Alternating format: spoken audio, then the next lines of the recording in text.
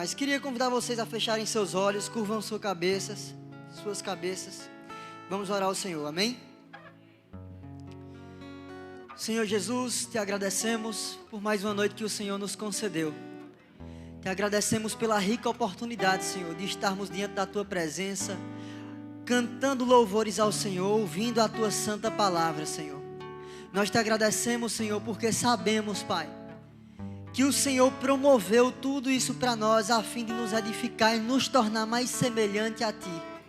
Nós te agradecemos, Senhor, porque de modo algum, Pai, uma vez que nós damos valor à Tua palavra, nós iremos permanecer da mesma forma. Em um nome de Jesus, amém. Glória a Deus. Vocês estão bem, meus irmãos? Amém, coisa boa.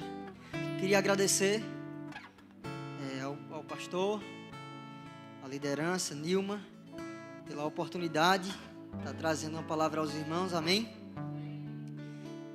Sempre sou ricamente abençoado quando subo aqui. Quando nós estamos vindo ministrar, pode ter certeza que nós que ministramos somos tão abençoados quanto aquelas pessoas que estão ouvindo a mensagem, amém?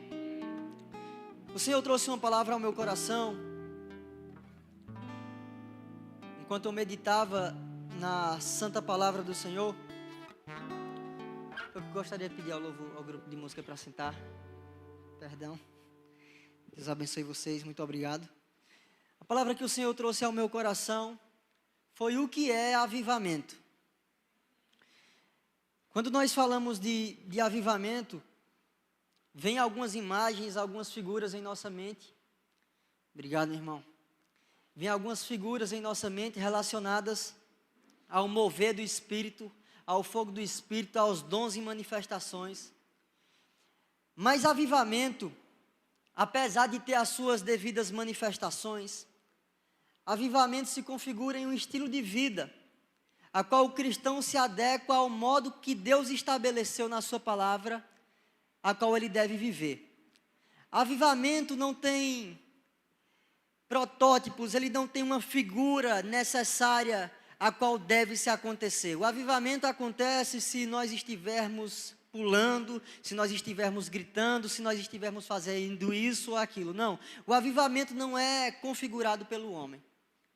Na verdade, quando nós falamos de avivamento, nós temos que entender que a parte do homem é buscar ao Senhor no avivamento. Mas quem vai conceder avivamento aos homens é o próprio Deus. Nós não podemos forjar aquilo que somente o Senhor pode forjar. Avivamento é preparar o caminho do Senhor para que Ele se manifeste. Amém? Quando eu me converti ao Senhor, em 2017,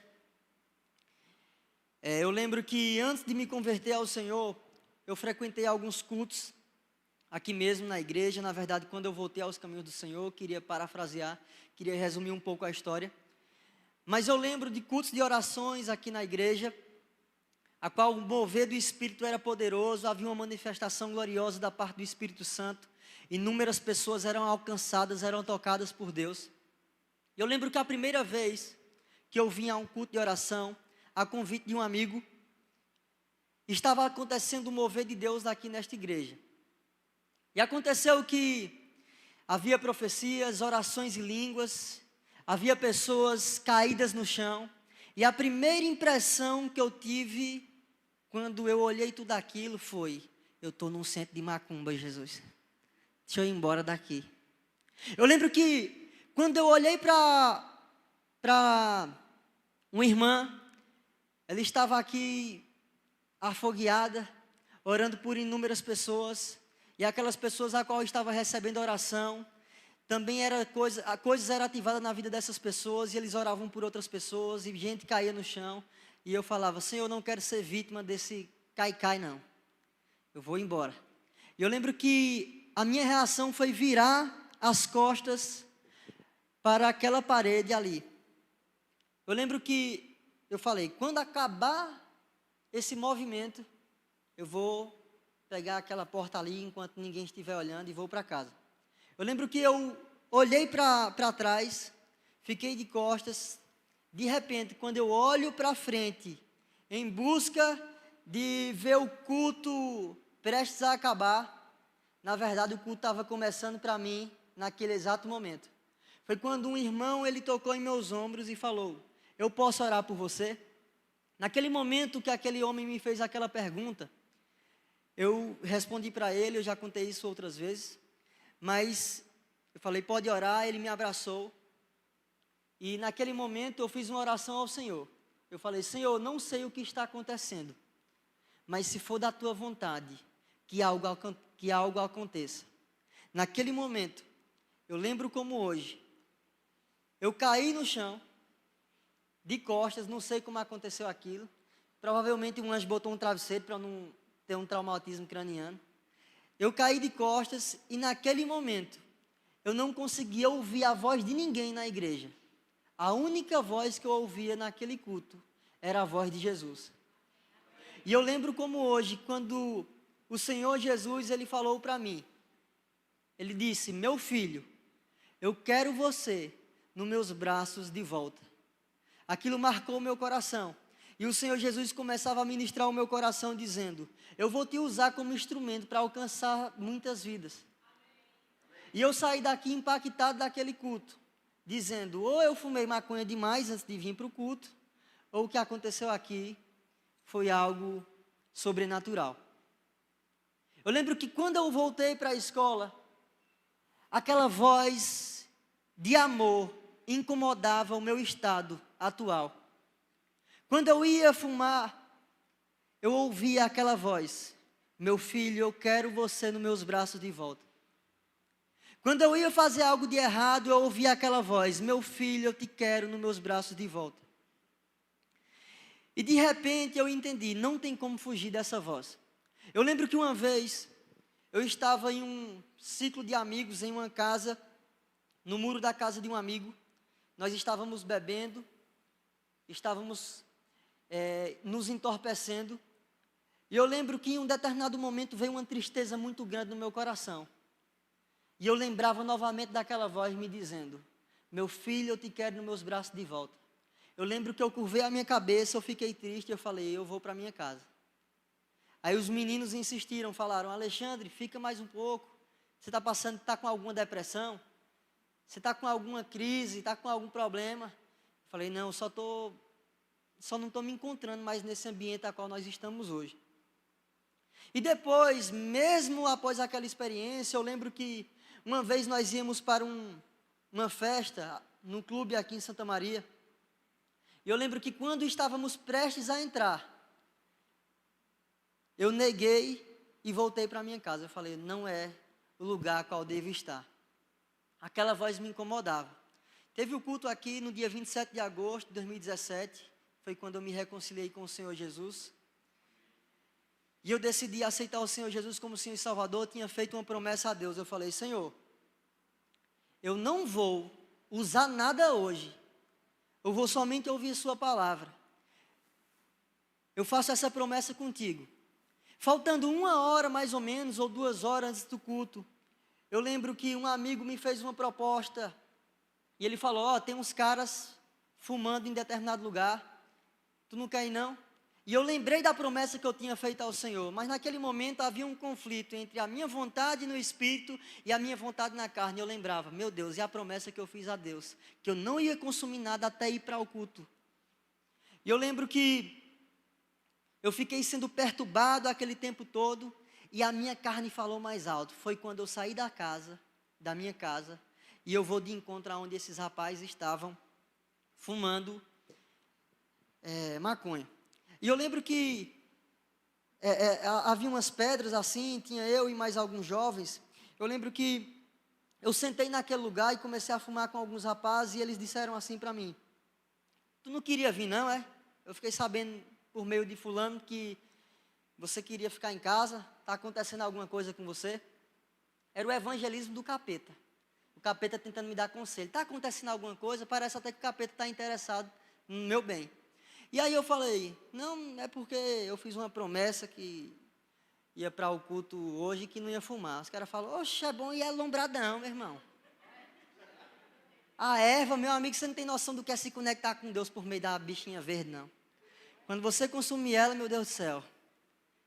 E aí eu falei, homem, deixa de conversa.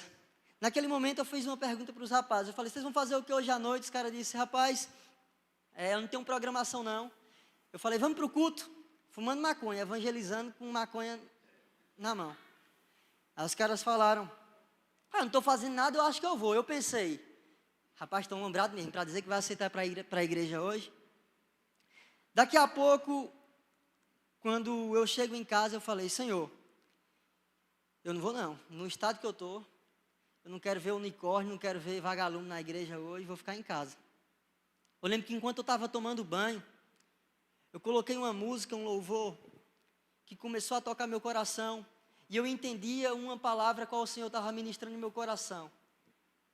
Ele falava, Alexandre, não é por você, não é pelo que você fez, apenas vai, aquele convite insistentemente em meu coração, me convidando. Eu lembro que eu comecei a chorar no banho. Eu falei, Senhor, me perdoe por ter falhado, por ter feito uma promessa e não ter cumprido. Naquele momento eu fiquei em prantos. Eu lembro que faltava 20 a 30 minutos para o culto começar. Eu coloquei uma roupa, rapidamente, vim ao culto. E naquela noite havia uma mensagem, Vanessa contou o testemunho, Elon falou sobre justificação. Eu lembro que naquela noite eu entendia que era a decisão que eu precisava tomar diante do nosso Deus. Eu lembro que eu estava ali exatamente onde Josué está. De repente, o ministro Elon estava falando sobre justificação e ele começou a falar sobre o que Jesus tinha feito na cruz, sobre o que ele tinha nos tornado, sobre que não era de nossa meritocracia. E tudo começava a sintonizar com aquilo que Deus estava falando comigo. Daqui a pouco, eu falei, Senhor, eu vou tomar uma decisão em fé hoje. Eu não sei como é que vai ser. Eu vou tomar uma decisão em fé hoje. Mas eu creio que o Senhor vai me ajudar. Eu fiz um ato de fé, eu estava lá atrás, eu peguei a minha mão e eu falei, Senhor, eu coloco a maconha em minhas mãos. Eu coloco a bebida em minhas mãos. Eu coloco a prostituição em minhas mãos. Eu coloco tudo aquilo que não te pertence em minhas mãos. Quando eu soltar no chão, eu quero sentir esse peso saindo do meu corpo. E eu estando livre para ir te encontrar. Naquele momento do apelo, eu fiz isso. Senhor Jesus, eu jogo tudo aquilo que não te pertence nesse chão. Eu senti uma leveza saindo das minhas costas. Eu lembro que eu vim aqui à frente. E eu fui o primeiro jovem daquela noite a declarar Jesus como Senhor e Salvador. Havia 2 jovens que estavam me abraçando. Eu me ajoelhei e só senti a presença do Senhor Jesus aqui. Vão fazer 6 anos, dia 27 de agosto desse ano, que eu não sei o que é botar um cigarro de maconha em minha boca. Eu entendi que aquilo que eu não conseguia fazer, o Senhor faria através da minha vida. Eu lembro que uma pessoa declarou uma profecia sobre minha vida enquanto eu estava de joelhos aqui. E a pessoa falou para mim, você vai ser um dos jovens mais cheios do Espírito Santo dessa igreja. Eu não sabia o que era aquilo. A princípio, o que o diabo quer fazer tu vai ser o cara, quer ensoberbecer. Mas depois eu entendi que ser cheio do Espírito Santo não vem por intermédio de profecias. Vem por intermédio de busca ao Senhor. Eu entendi que aquela pessoa estava bem intencionada em profetizar aquilo sobre a minha vida. Mas quem tinha que se encher do Espírito Santo era eu. Daquele dia eu comecei a estudar sobre esse tema. Eu sempre tive sede em estudar sobre esse tema, avivamento. O que é avivamento? O que de fato significa avivamento? Em um significado básico, podemos dizer que avivamento significa trazer vida àquilo que estava morto. Naquela noite Deus avivou a minha vida. Mas ao longo da história da igreja, avivamento não envolve somente a mudança de uma pessoa. Isso é um avivamento individual. Mas avivamento envolve uma transformação coletiva. Quando nós olhamos para as Escrituras, avivamento não é algo novo. Por mais que não haja um conceito bíblico, se você for pesquisar o que é avivamento na Bíblia, você não necessariamente vai encontrar uma definição prescrita, tudo certinho, mas você consegue encontrar nos textos, por meio dos antigos profetas e por meio do Novo Testamento, o que é avivamento. No Antigo Testamento você vai ver que uma das características do avivamento não era forjada por promessas ilusórias de homens. Avivamento era forjada por meio da palavra da verdade sendo ministrada diante do povo de Israel.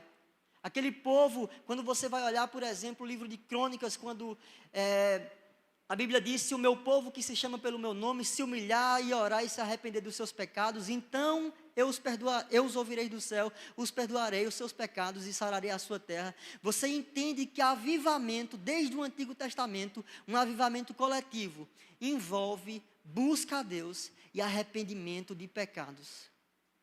Não existe avivamento de folia.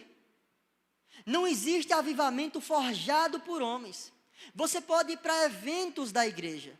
Você pode ser empolgado por eventos. Você pode ser empolgado por música. Você pode ser empolgado por pregações que vai te colocar lá em cima.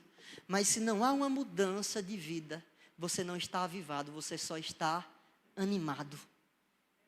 A Bíblia não quer provocar em nós animamento.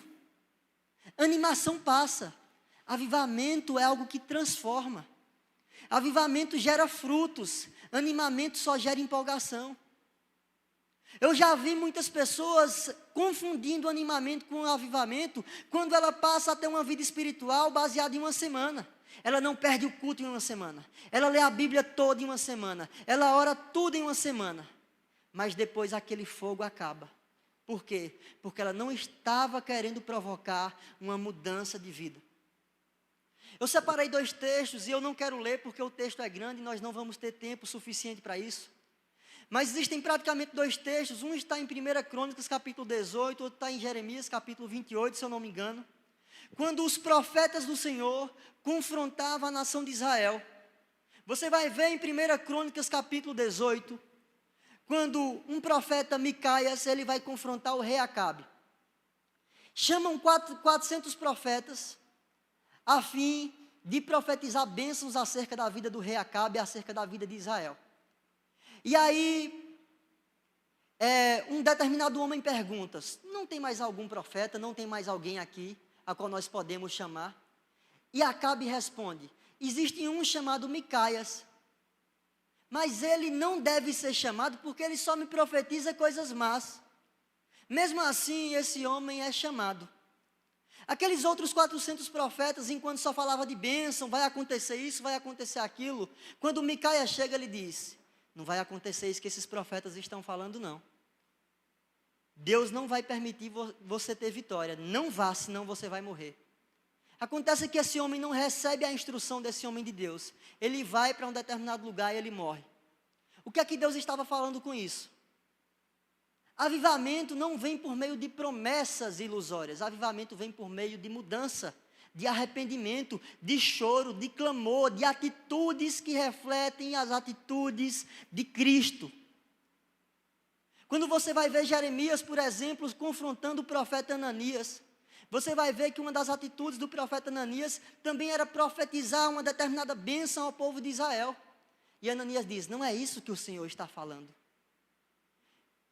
E naquele determinado momento, Ananias tem uma disputa com Jeremias. Acaba que Ananias recebe o juízo de Deus e infelizmente ele morre. O que é que Deus estava falando para aquele povo? Não há avivamento sem transformação, sem arrependimento, sem busca. Não há avivamento sem povo que abre Bíblia. Não há avivamento sem povo que ora. Não há avivamento sem povo que busca pela verdade do Senhor.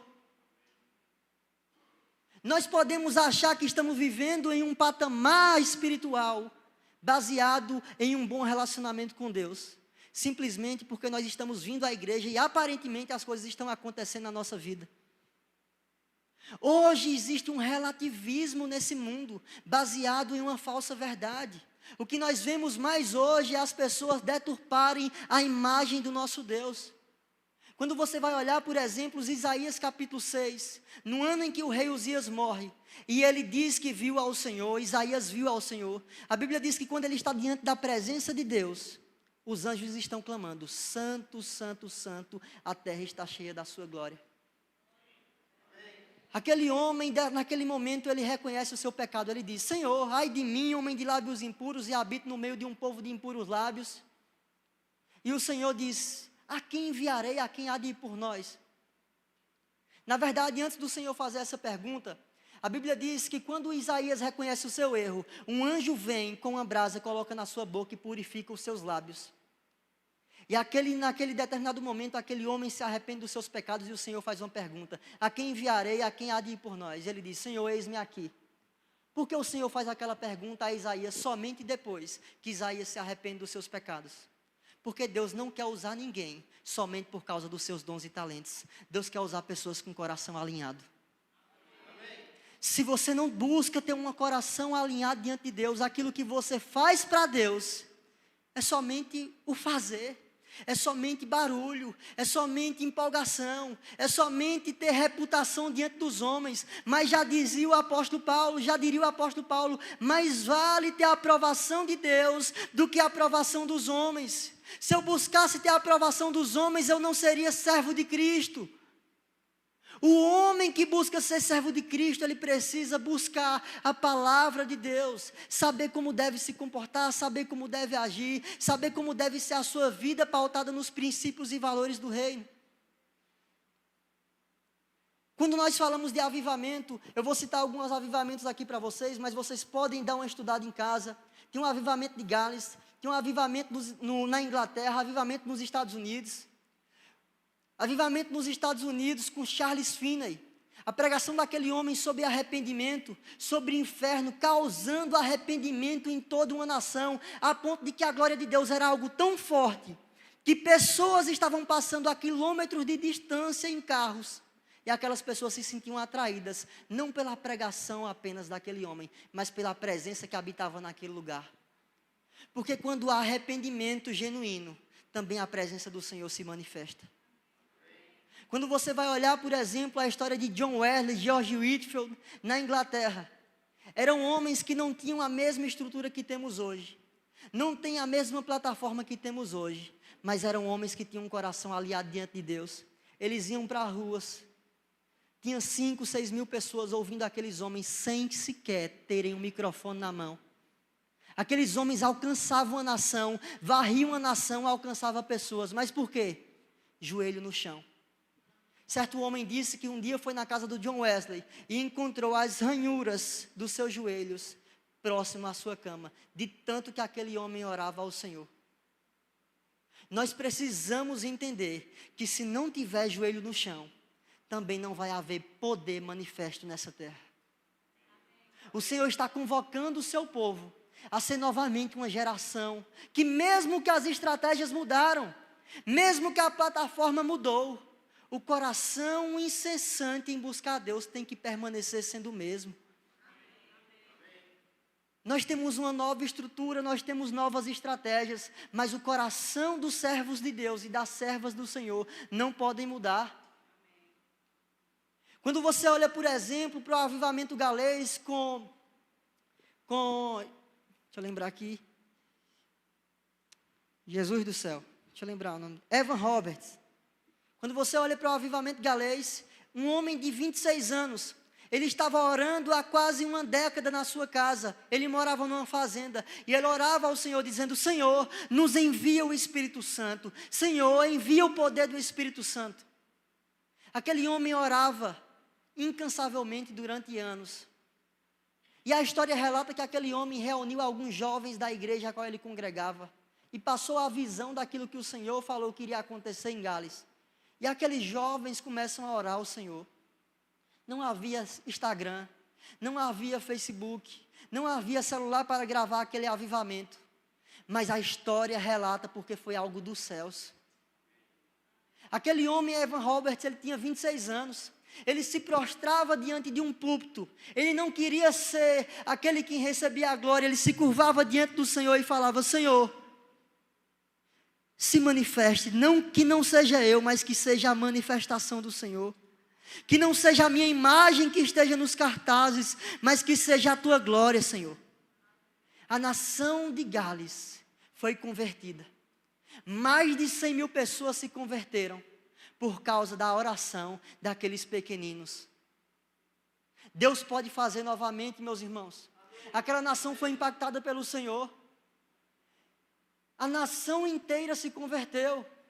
A história relata que até o comércio da cidade teve que mudar, teve que fechar mais cedo a fim de que as pessoas fossem para os cultos. E eu fico me perguntando, será que aquele espírito que estava sobre a vida Evan Roberts, será que ele não está em nós? Será que nós somos pessoas distantes da mesma graça que alcançou a vida daquele homem? De modo nenhum, meus irmãos. O que falta para nós hoje é o reconhecimento. O que falta para nós é reconhecer as nossas misérias, os nossos pecados. É vasculharmos como está a nossa vida. O Evan Roberts, ele destacou 4 pontos no avivamento galês. A confissão aberta de qualquer pecado não confessado. Pecados ocultos, que nós não temos confessado diante de Deus, nós não temos procurado ajuda a homens, nós achamos que vamos resolver sozinho. Outro ponto que Evan Roberts destacou foi o abandono de qualquer ato duvidoso. Porque sem fé é impossível agradar a Deus. É necessário ter uma visão estabelecida, saber aquilo que estamos fazendo. Outro ponto que Evan Roberts destacou é a necessidade de obedecer prontamente tudo que o Espírito Santo ordenasse.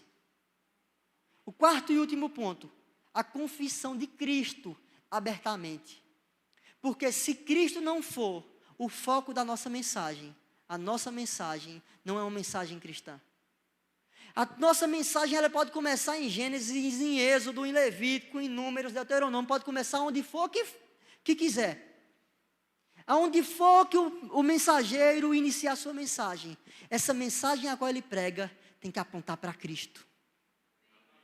Cristo é a nossa mensagem.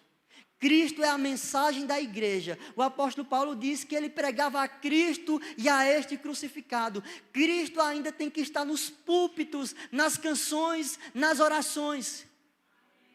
O evangelho não é antropocêntrico. Ele não nos coloca no centro. Deus não faz tudo para nos agradar. O evangelho é teocêntrico. Ele é o rei da glória. O Romanos, Paulo falando, ele disse, porque dele, por meio dele, para ele são todas as coisas. Tudo aponta para Jesus.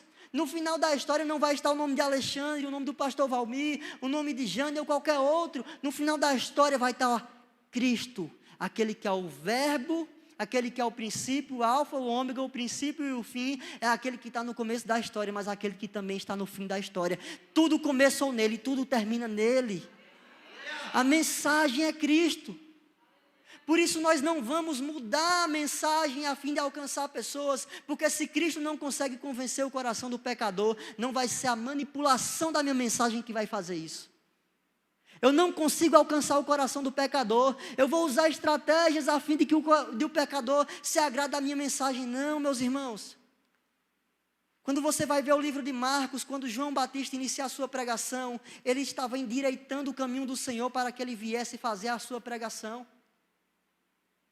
Como João Batista começou endireitando os caminhos para que o Senhor pregasse, para que o Senhor viesse, nós também estamos endireitando o caminho para que Ele volte. A mensagem do Evangelho vai permanecer intacta, independente de qualquer coisa.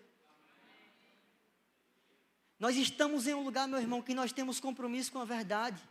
Nós temos compromisso em alcançar vidas de forma sadia. Nós estamos promovendo aqui cultos para evangelizar, discipulado para introduzir essas pessoas em um comportamento que é o comportamento cristão, elas entenderem como é que essa igreja funciona. Mas a verdade é que todos nós precisamos estar engajados nisso. Não podemos omitir a nossa responsabilidade a ou a B. Diante de Cristo nós não prestaremos contas diante daquilo que o pastor fez, diante daquilo que eu fiz ou qualquer outra pessoa fez. Diante de Cristo você só vai prestar contas diante daquilo que você mesmo fez. Não haverá como culpar terceiros. Então precisamos aproveitar as oportunidades, meus irmãos. O avivamento não está algo distante. O Senhor prometeu na sua palavra, Ele disse que nos últimos dias derramaria do seu Espírito sobre toda a carne. Em Atos dos Apóstolos Ele cumpre essa profecia, mas o mesmo Espírito que desceu sobre aqueles homens, que curaram inúmeras pessoas, que revolucionaram o mundo, é o mesmo Espírito que está derramado em nós nesses dias. O que falta não é apenas um novo derramar, o que falta é um novo reconhecimento de dizer, Senhor, eu entendo que já houve um derramado do Espírito, mas eu preciso reconhecer que eu estou encarregado disso, e eu estou ungido para isso, e eu estou capacitado para isso, a fim de alcançar pessoas pelo poder da Tua palavra. O apóstolo Paulo, escrevendo aos Coríntios, capítulo 2, verso 4, ele diz, a minha pregação não consiste em palavras persuasivas ou de sabedoria humana, mas em demonstração do poder do Espírito de Deus. A nossa mensagem não pode ser apenas letra, não pode ser apenas ensino, enrustido de sabedoria, porque a sabedoria de Deus, ela também vem manifestada pelo poder e a manifestação da sua palavra, através de sinais, prodígios e maravilhas. Precisamos ser um povo que anseia ver os sinais do Senhor acontecendo novamente. Quando você vai ver histórias de avivamento, meu irmão, você vai ver que aqueles homens não estavam buscando cura, eles não estavam buscando nada de fora, eles estavam buscando somente a Deus, e as coisas simplesmente fluíam e aconteciam. Quando o Senhor Jesus for o nosso maior anseio, a nossa maior expectativa, pode ter certeza, meu irmão, as coisas vão fluir, sem precisar dos nossos esforços. Porque o nosso esforço, o nosso único esforço, vai estar sendo em buscar a face de Deus e a glória dEle.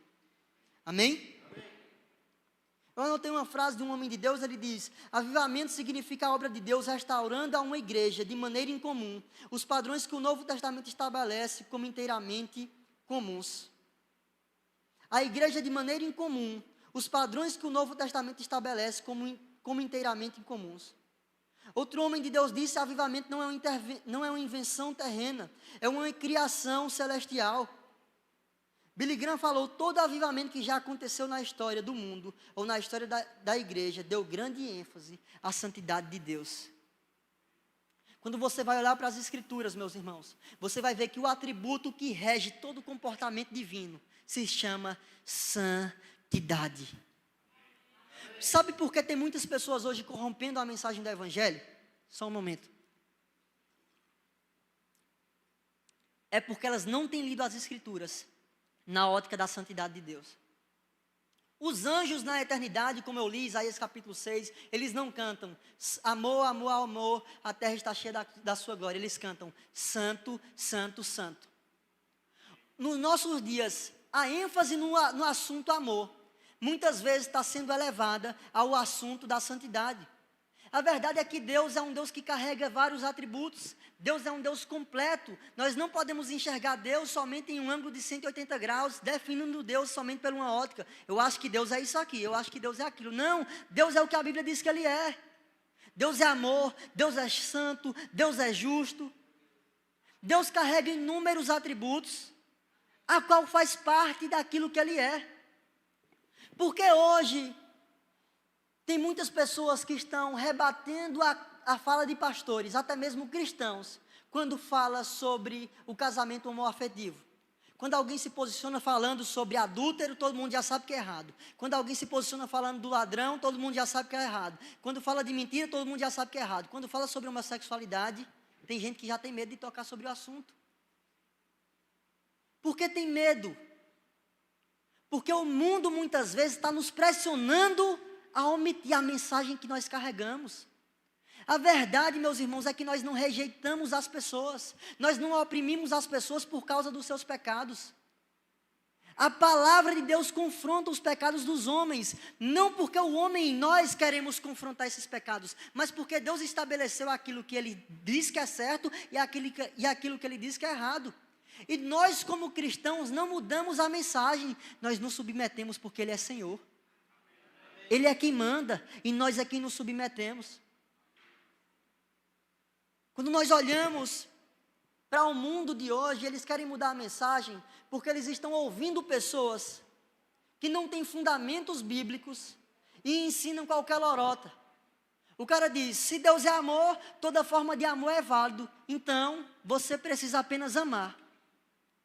Um homem de Deus uma vez falou, ele disse: Deus é amor, mas o amor não é Deus. O que é que isso significa? Quem define o que é amor é Deus. Não é o que nós imaginamos que é amor que define quem Deus é. Deus define o que é amor. Por exemplo, se Deus define o que é amor, tudo aquilo que não está na ótica de Deus que se enquadra amor, não é amor, é carnalidade. Quando nós falamos aqui várias vezes, nós não estamos exclusivizando um pecado ao qual nós estamos atacando. O homossexual ou algo do tipo. Não. Nós falamos de adultério. Mas Ele ama fulano de tal, ele está casado, ama fulano de tal, ele ama ela. Não, ele não está amando ela não, ele está cobiçando, não é amor. O que sai da ótica de Deus não é amor, é cobiça, é pecado, tem que dar nome aos bois. O mundo está querendo ditar, e eu falo aqui porque também tem jovens incluídos hoje. Às vezes tem um pregador na internet contemporâneo, o que eles querem pregar para os jovens hoje é um evangelho que não tem compromisso. É um evangelho que não se compromete com a verdade. Jovem, a Bíblia diz, jovem, vocês sois fortes, já venceu o maligno. Não é o maligno que venceram vocês. Não é o maligno que tem que ditar como é que vocês devem viver. É vocês que devem se submeter à palavra de Deus e vencer o maligno por meio de uma vida obediente ao Senhor. Eu tenho certeza que quando buscarmos ao Senhor, sem colocarmos paradigmas, sem colocarmos complexidade, como se fosse assim, eu sou jovem, então não vou obedecer. Quando eu tiver 30 anos, não obedecer ao Senhor. Eu só vou para a igreja só para ver o louvor e ouvir uma palavra e voltar para casa. Quando nós pararmos de ver a obediência ao Senhor como algo distante, e entendermos que Deus está nos chamando para obedecer a Ele hoje, pode ter certeza, a sua vida vai ser transformada, a minha vida vai ser transformada, a vida das pessoas serão alcançadas. A Bíblia fala tanto sobre santidade. Quando você vai ver, eu vou citar alguns versículos aqui. A Bíblia diz em Salmos capítulo 89, verso 35, em santidade e justiça, diante dele todos os nossos dias. Lucas 1,75 diz, porque Deus nos chamou não para a impureza, mas para a santidade. Outro texto, a Bíblia diz em Hebreus capítulo 12, verso 14, adorem ao Senhor no esplendor da sua santidade, diga assim, santidade. Tremam diante dele todos os habitantes da terra. Nosso Deus é santo e nos chamou para a santidade. A palavra santidade, quando a Bíblia diz sede santos, a palavra santidade significa separado para uso exclusivo de Deus. Alguém que é santo não é alguém que é perfeito. Até mesmo quando falamos aqui, nós somos santos, tem gente que diz, olha, não peca não. Não, nós não estamos falando de alguém que não tem pecado. 1 de João vai dizer que aquele que diz que não tem pecado é mentiroso. Mas quando dizemos somos santos, nós estamos dizendo, nós somos santos por meio de Cristo e vivemos para uso único e exclusivo de Deus. Você foi chamado para a santidade, você foi chamado não para ser usado por Satanás, você foi chamado para ser um servo de Cristo. Você foi chamado, o apóstolo Paulo, ele se declarou como escravo de Cristo. Não existe avivamento de pessoas que não querem ser escravos de Jesus. O que significa ser escravo? A palavra, quando você vai ver a palavra servo, é a palavra doulos, que também significa escravo na Bíblia. Ser escravo de Cristo não é uma vergonha para nós. Ser escravo de Cristo é um orgulho para nós, porque nós não somos escravos de nós mesmos. O Evangelho, ele não anula a escravidão, ele te coloca a ser escravo de alguém perfeito, de alguém que vai governar a sua vida te guiando a acertar e não a ser alguém que vive de forma errante. Por exemplo, quando nós olhamos a confissão do Senhor Jesus como Senhor e Salvador, Romanos 10:10, quando a Bíblia diz, se tu crê que o Senhor Jesus é o teu Senhor e Salvador, no teu coração e confessar com a tua boca, você será salvo. A Bíblia diz que Ele é o nosso Senhor. A palavra Senhor significa aquele que governa as nossas vidas. Quando aceitamos Jesus como Senhor e Salvador, essa ideia de na minha vida mando eu, tem que cair por terra. Quem manda nas nossas vidas é Jesus. Todas as vezes que seguimos as nossas inclinações, os nossos desejos, os nossos pensamentos e dizemos, quem manda na minha vida sou eu, quem manda aqui sou eu, pode ter certeza, você não está trilhando o caminho da porta estreita, o caminho da salvação. Você está trilhando o seu próprio caminho. Por isso que Paulo diz, todos se extraviaram pelo seu próprio caminho, não há um justo sequer. Meu irmão, não queira andar no seu próprio caminho, queira andar no caminho da palavra. Esse caminho da palavra é um caminho seguro. É um caminho que vai te levar a acertar. O salmista diz, lâmpada para os meus pés e luz para os meus caminhos é a tua palavra. Lâmpada porque eu sei onde eu estou pisando e luz porque eu sei onde eu vou pisar. Eu não tenho como errar quando eu ando na palavra. Todos os nossos erros é porque nós não estamos meditando na palavra e dando a ela o devido valor. Precisamos, meus irmãos, buscar avivamento. É o tempo novamente da igreja dobrar os joelhos no chão na hora dos cultos, da gente começar a celebrar quando nós ouvimos falar o nome de Jesus, de quando nós estivermos em um culto de ceia e está sendo ministrado aquele sacrifício doloroso de Cristo na cruz, em prol do meu e dos seus pecados, nós começarmos a olhar para a cruz e dizer: Senhor, como o Senhor é digno, como o Senhor é santo, como o Senhor merece, eu preciso tremer diante desse nome, eu preciso temer a esse nome. Se até os demônios que não têm mais oportunidade, eles tremem e temem, quem sou eu, Senhor? Eu tenho uma oportunidade, eu não posso rejeitar. Os demônios eram anjos, estavam na eternidade e eles caíram. Quem é nós para não podermos cair também? Nós estamos em uma posição também a qual nós somos suscetíveis a cair, meu irmão. Mas a verdade é que aquele que decide ser escravo de Cristo e diz: Senhor, todos os dias eu nego a mim mesmo e eu decido entregar a minha vida ao Senhor, ele vai viver uma vida segura. E o Senhor Jesus diz: aqueles que o Pai me deu, de modo algum eu lançarei fora. Quando você deixa o Pai te conduzir, pode ter certeza, tenha segurança da sua salvação. Não ponha em xeque a sua salvação, porque você está seguro nele. Voltando a falar, meu irmão, quando falamos sobre avivamento, nós estamos falando de um povo que não limita o seu culto ao Senhor, ao templo. Eu creio, meu irmão, que o Senhor irá varrer a terra nesses últimos tempos, antes da vinda do seu Filho. Mas algo é certo, precisamos criar uma cultura dos céus, na nossa casa, no nosso trabalho, na rua, não somente na igreja. Meus irmãos, quem estava aqui nesse culto de adoração que teve com Anderson Freire? Na terça, não é isso? Na terça? Eu sei que tinha muitas pessoas que estavam aqui. Como é lindo você ver uma multidão de pessoas louvando ao Senhor. Agora eu posso falar algo a vocês, meus irmãos. A glória de Deus, ela pode atrair pessoas, independente de ser um evento ou não. Mas é necessário ter pessoas na brecha, se doando, na disposição de alcançar vidas. Eu creio que o Senhor vai gerar movimentos de salvação e de avivamento. Não apenas por meio de uma nomenclatura chamada evento, mas por meio de um povo que tem sede e fome. Agora, para que isso aconteça, é necessário oração. Sem oração, sem se humilharmos diante da poderosa mão do Senhor, pode ter certeza, o nosso desejo por avivamento não vai passar de expectativa. Mas se em coletividade nós estivermos juntos, estimulando uns aos outros, em amor, em correção, avivando uns aos outros, pode ter certeza, o Senhor vai derramar do seu fogo sobre esse lugar. E nós iremos contemplar famílias sendo salvas. Nós estamos em um mover do Espírito nessa igreja, meus irmãos. Eu creio que o Espírito Santo está se movendo sobre esse lugar. Constantemente em cultos nós temos visto famílias se converter.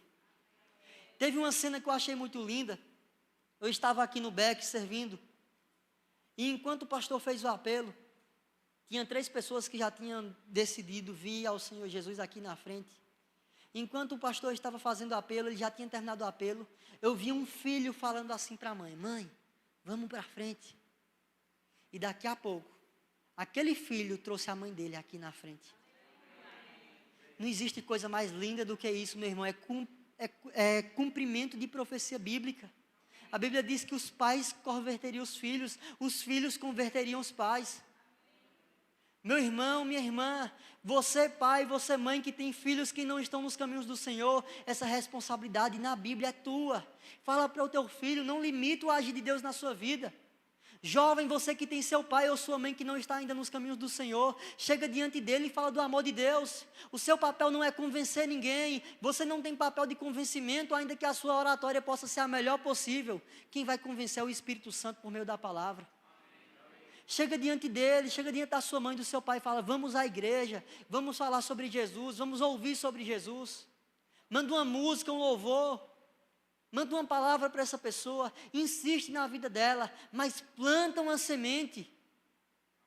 Se em disposição todos nós fizermos isso, pode ter certeza que esse templo aqui vai ficar pequeno para a quantidade de pessoas que vai chegar. A igreja, meus irmãos, faz parte de um reino. Isso aqui não é um clube social. Isso aqui não é para nós nos empolgarmos. Não é somente para termos o conforto de um ambiente agradável. Isso aqui é um lugar de manifestação de poder. É um lugar de cura, é um lugar de gente que está com a vida desgraçada, arruinada por Satanás. Eles chegarem diante daqui e ouvir uma palavra que vai ser liberto. Vão conhecer a verdade e vão ser libertos. É lugar de gente doente chegar aqui, que muitas vezes já tem a expectativa falida, porque já tentou de todas as formas. E quando eles ouvirem falar sobre o nome de Jesus, eles receberem a cura e começarem a glorificar o nome dele. Esse lugar aqui é um lugar de manifestação de poder. Amém. Jovem, eu digo a você, aos adultos também, a unção do Senhor não se limita a quem está pregando.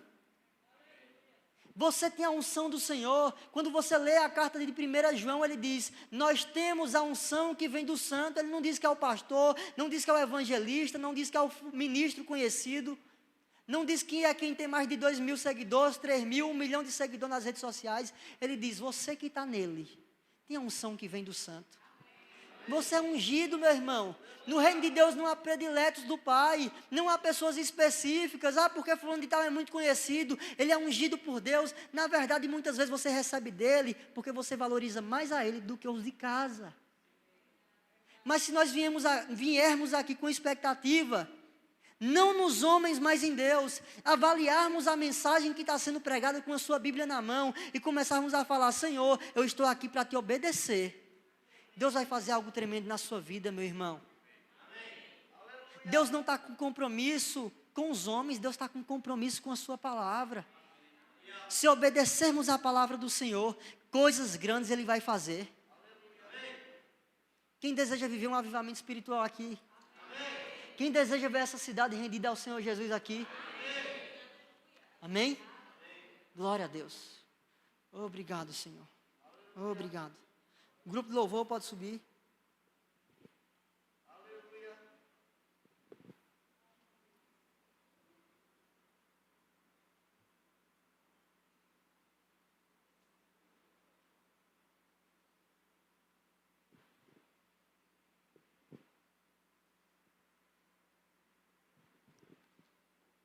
Aleluia.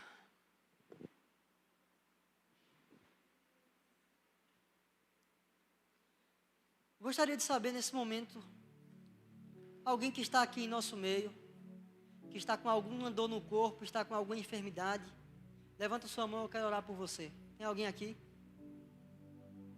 Todo mundo curado? Amém?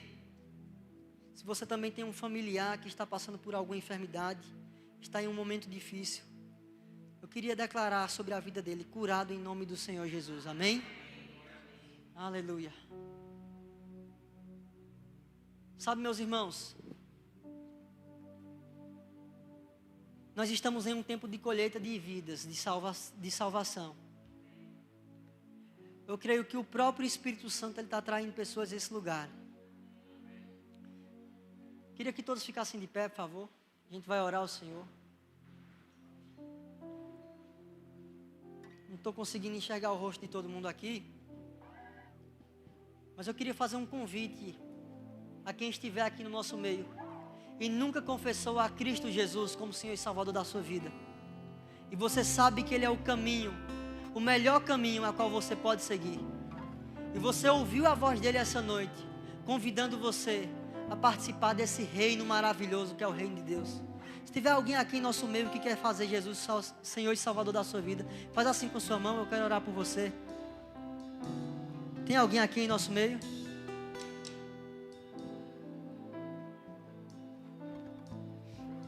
Aleluia, glória a Deus. Eu quase te chamo, viu, Arthur? Levantando a mão aí. Tem alguém aqui que nunca fez a Cristo Jesus como Senhor e Salvador da sua vida? Levante a sua mão. Aleluia, glória a Deus. Todo mundo recebeu a Cristo Jesus como Senhor e Salvador da sua vida? Amém? Aleluia. Feche os seus olhos. Obrigado, Senhor. Senhor Jesus, eu te agradeço, Eu te agradeço, Senhor, porque a Tua palavra foi ministrada, Senhor. A Tua palavra é viva e eficaz. Ela é mais penetrante, Senhor, do que a espada de 2 gumes, capaz de dividir espírito e alma juntas e medulas. Eu sei, Senhor, que a Tua palavra dividiu em nós aquilo que vem do Senhor e aquilo que não vem do Senhor. A Tua palavra, Pai, trouxe direção a nós essa noite.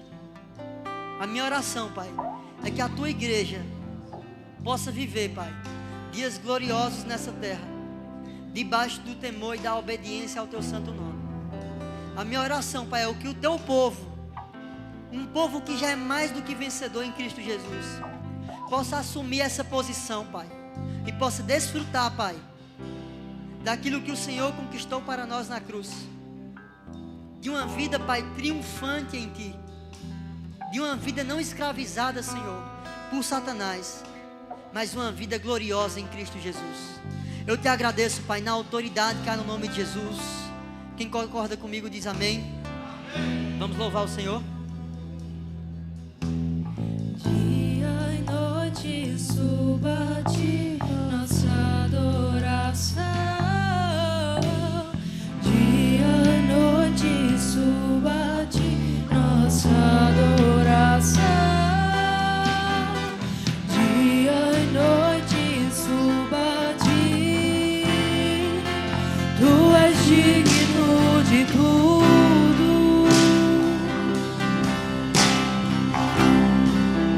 Tu és digno de tudo, pois tudo vem de Ti e tudo é para Ti, Tua glória. E Tu és digno de tudo.